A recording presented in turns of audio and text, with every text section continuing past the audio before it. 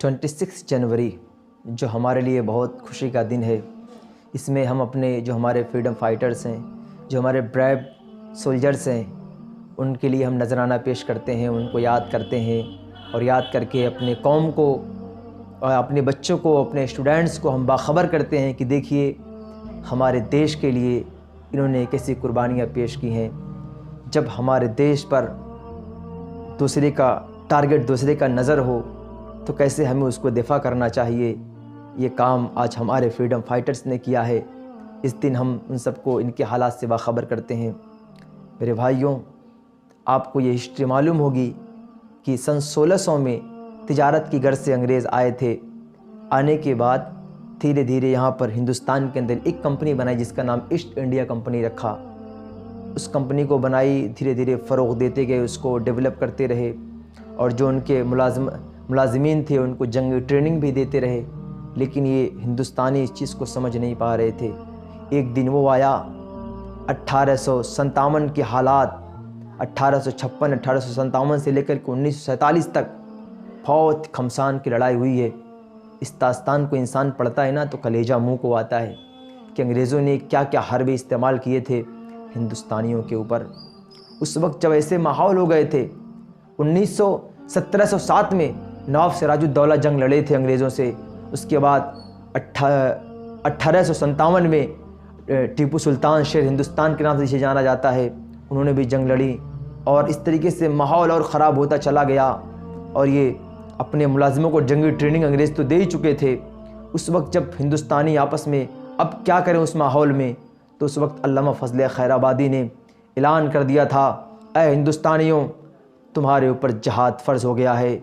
अब अंग्रेज़ों से लड़ना तुम्हारे ऊपर फ़र्ज़ हो गया है, क्योंकि इन्होंने गुलामी का पट्टा हिंदुस्तानियों के गले में डाल रखा है, हिंदुस्तानियों को गुलाम बना रखा है। अब इतनी आवाज़ बुलंद करने के बाद अब खूब खमसान की लड़ाई होने लगी, होली खेली जाने लगी। हिंदुस्तान की सरज़मीन जो हरी भरी नज़र आ रही थी, खून की होलियों से रंगीन हो गई।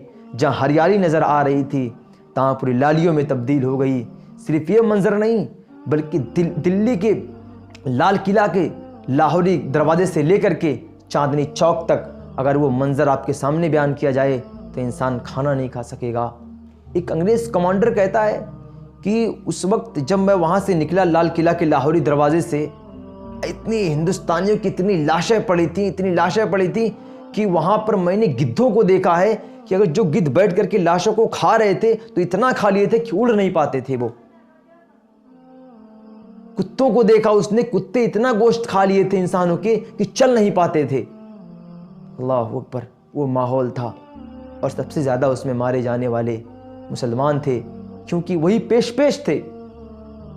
अंग्रेज़ कमांडर कहता है कि मुसलमानों से कहता, अगर तुम कह दो 1857 की जंग में हम नहीं थे तो हम तुम्हें छोड़ देंगे।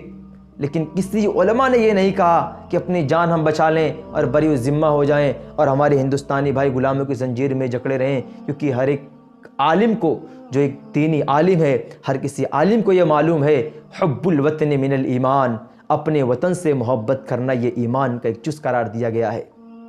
जिसके दिल में ईमान, जिसके दिल में अपने वतन की मोहब्बत नहीं है, वो है कि उसका ईमान कंप्लीट नहीं है। हुब्बुल वतन मिनल ईमान का अगर देखना हो किसी ने इसका रोल अदा किया है तो आप जाकर के अल्लामा फजल खैराबादी को देखिए, मुफ्ती इनायत अहमद काकोरीवी को देखिए।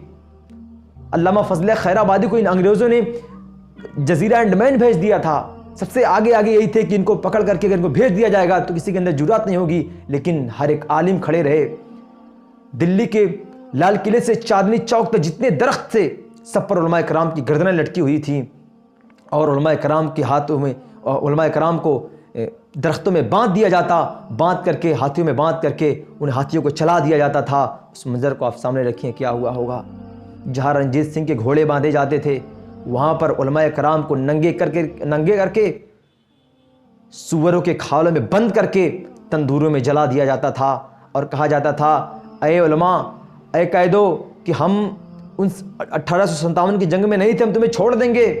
अंग्रेज़ कमांडर कहता है कि मेरे पैदा करने वाले की कसम, मैंने किसी आलिम को ऐसा नहीं पाया कि जिन्होंने ये कहा हो कि मैं नहीं था। सबने बैक ज़बान कहा कि हम थे। तो अल्लामा इकबाल का ये शेर ये कहने पे मजबूर हो गए, सफ़हे दहर से बातिल को मिटाया हमने, نوع انسان کو غلامی سے چھڑایا ہم نے، دشت و دشت ہے دریا بھی نہ چھوڑے ہم نے، بیر ظلمات میں دوڑا دیے گھوڑے ہم نے۔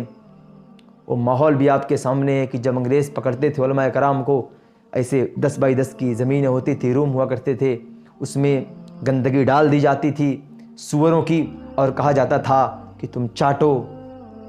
اگر کہتے کہ تم یہ کہو کہ 1857 کی جنگ میں ہم نہیں تھے، اگر وہ کہہ دیتے نہیں تھے تو انہیں چھوڑ دیتے، لیکن انہوں نے کبھی نہیں کہا ہم نہیں تھے، کہا ہم تھے، اور ہمارا جہاد کرنا، تم سے لڑنا ہمارے اوپر فرض ہے، اسی لیے انہیں انگاروں میں ڈال دیا جاتا تھا۔ یہ ظلم و بربریت کی داستان، یہ ظلم و بربریت کے واقعات ہیں میرے بھائیوں۔ اگر کہا جائے ابھی سے کیوں چھلکتے ہیں تمہارے آنکھ سے آنسو، ابھی چھیڑی کہاں ہے داستان درد دل ہم نے، آج یہ تاریخ ہمارے بھائیوں کے سامنے پیش نہیں کیا جا رہا ہے، کیوں آخر؟ کیا یہ ہسٹری ہمارے ہندوستان کی نہیں ہے؟ کیا ہمارے اکابرین نے اپنے ہاتھوں کو رنگین نہیں کیا اپنے دیش کی خاطر؟ ہمیں فکر کرنے کی ضرورت ہے۔ میں دعا کرتا ہوں کہ مولا جو ہمارے فریڈم فائٹرز ہمارے دیش کے لیے اس دار فانی سے کوچ کر گئے، اللہ رب العزت انہیں فردوس میں اعلیٰ سے اعلیٰ مقام عطا فرمائے۔